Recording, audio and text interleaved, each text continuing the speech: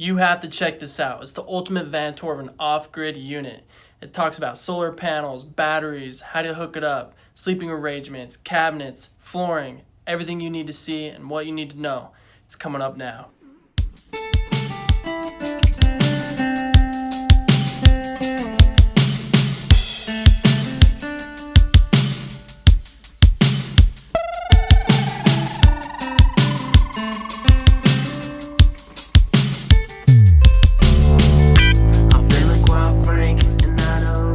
Working with here is a 1994 Chevy van 2.0, aka the Mark III.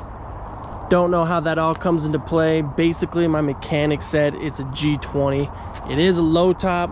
That has been a challenge for me since I'm 6'4", but you know, it doesn't matter. It's been great. We've had a lot of good adventures in it so far.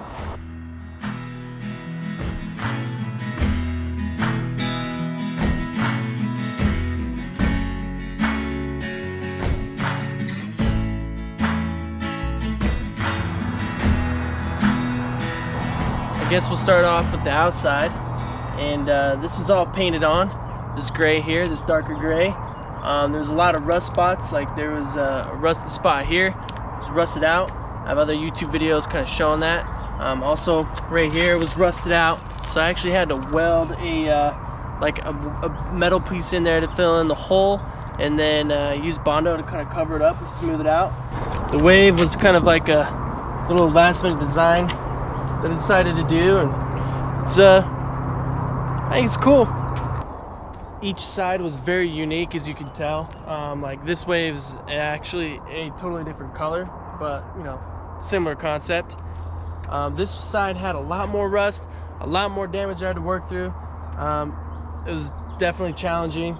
Rusted out here. For some reason water drips down through this, and if it's not caulked well, then you get water damage. And same here. And then this tree, which I think is a great ad. Absolutely beautiful. It's gorgeous, isn't it? Painted that, taped that out. It's really nice. And then underneath, there was a lot of really bad spots here as well. All right, solar. So these are my two solar panels here. Basically bought this off Amazon. I think it was like around $250 to $300. I don't know.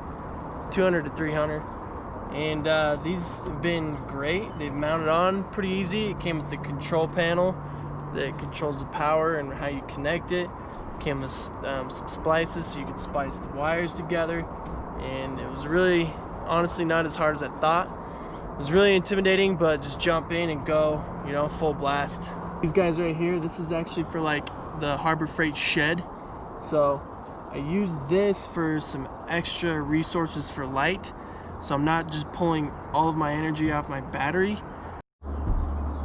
Alright, so every van has to have a fan, right? You'd be shocked what this thing does for you. If it's hot outside, you turn that thing on, just starts putting a breeze through your van.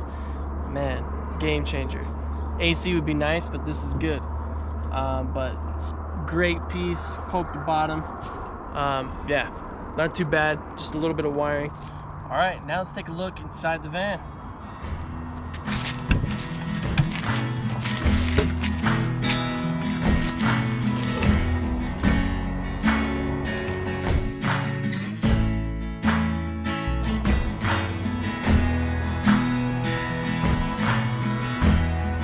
First started this, I started out with this cabinet and went camping and didn't have this upper. I got this upper and it was like a total game changer. Camping so much easier. There's the captain's seat right there, so that's pretty nice. Alright, so when I got this van, I did a complete demo to it. It had all of the seats and carpet and everything in there, so definitely a challenge. But I pulled out all this carpet down here and applied this rubber matting, and it's been great because I know a lot of people do the wood floors, but on a low top van like this, like, you need something to protect your knee. As far as the bed goes, this is the bed. I made it to where it's a futon type style of a bed. Basically, we unhook this here, and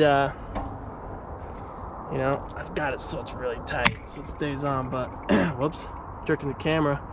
And this whole thing will slide out. We'll give you a little demonstration.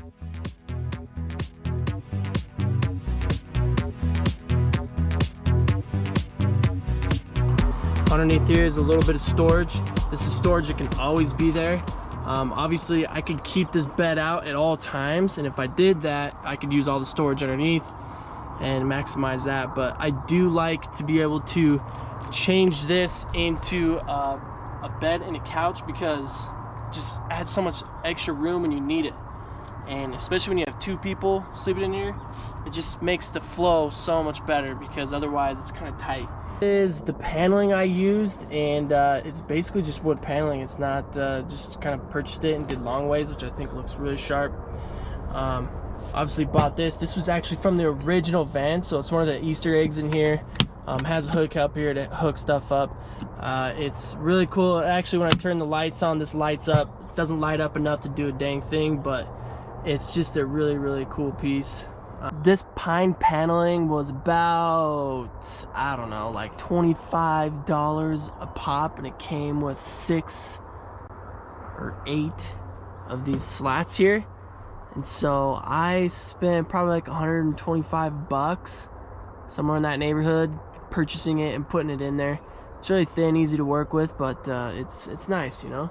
So it's really pretty, and it looks really good. Everything in here is fully insulated. I put the thin, this type of insulation in between these panelings here. The ones where there's a little extra room in there, I did some thicker insulation, like home insulation, in places I could, and then I used this type of insulation throughout the ceiling itself. So it is fully insulated and done right. That's for sure. So that's a good ad. Hey, there's the fan. The fan's legit. So you just kind of twist it open and it starts up if you have it on a setting.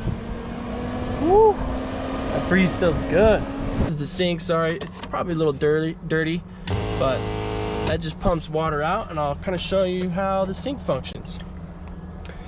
So I just got this 10-gallon tote that fits right underneath my sink, and that's the gray water. This is just really useful for like brushing your teeth, washing dishes, or simple things while you're in here camping, sleeping, and you don't want to go out. It's awesome, right? The pump is back here. That's an electric pump, and it just pumps water out of this 5-gallon or 10-gallon. Actually, I don't know. I think it's a 5-gallon tank there. So pumps fresh water from here, drops it in here, and this is gray water, so if it's too full, I just dump it wherever I'm camping. Shouldn't be that bad unless there's some crazy stuff in there, and I'll find some sewage and different things like that. Added holders so it would stay in place, and it makes it so I can store a few things in here and be a little more efficient. Cup holders, I actually made that piece, but it's pretty much how the original cup holders are, just like that. Mine was missing, so I just kind of made that with extra stuff I had. It's got power locks and power windows, which is great. Okay, so let's talk about lighting. So this right here controls that LED strip here. It's not fastened together quite right, but that's what's on top, and it only works at night because it's night sensitive, it's light sensitive. So once that little solar panel on the roof isn't seeing light and it goes dark, it turns on. And this is also controlled from those little separate panels up there. This is a shed light, does the same thing. And then my other set of LED strip light switches right here. These are obviously homemade little light switches I made. They're awesome. So they're pretty great.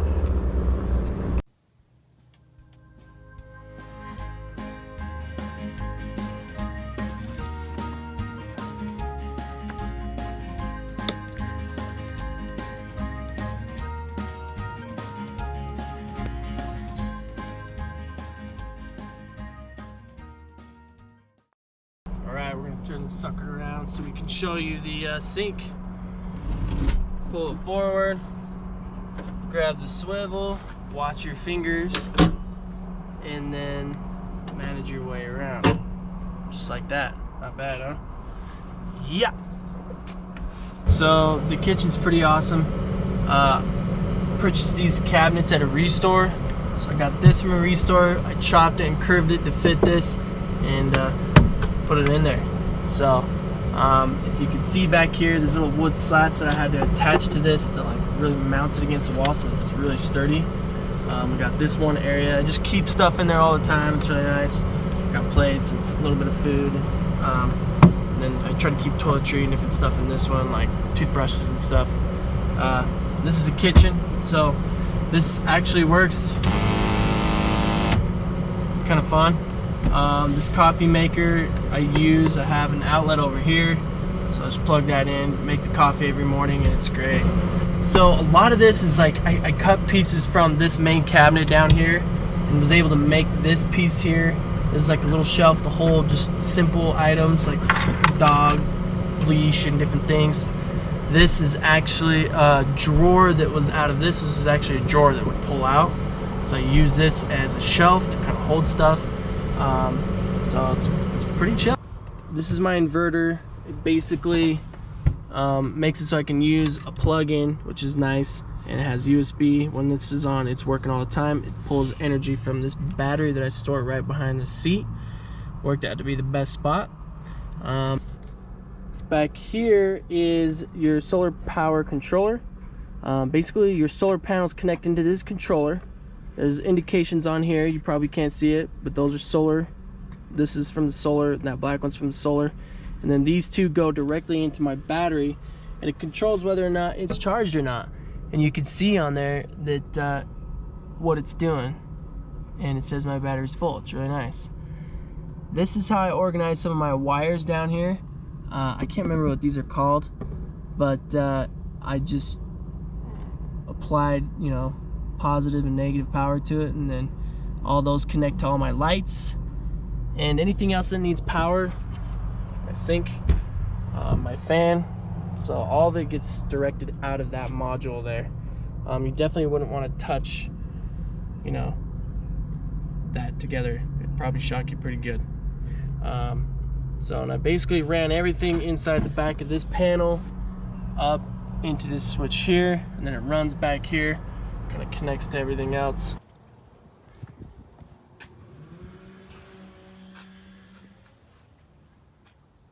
Hey guys, if you really like this video, I got a lot more that I can go into detail about solar, electrical, the switches, and a lot of different things. And if you want more information about that, you know, give this a thumbs up and show me that you really care, and subscribe to the channel, and I'll keep doing videos like this. So thanks for watching, and you guys have an excellent day.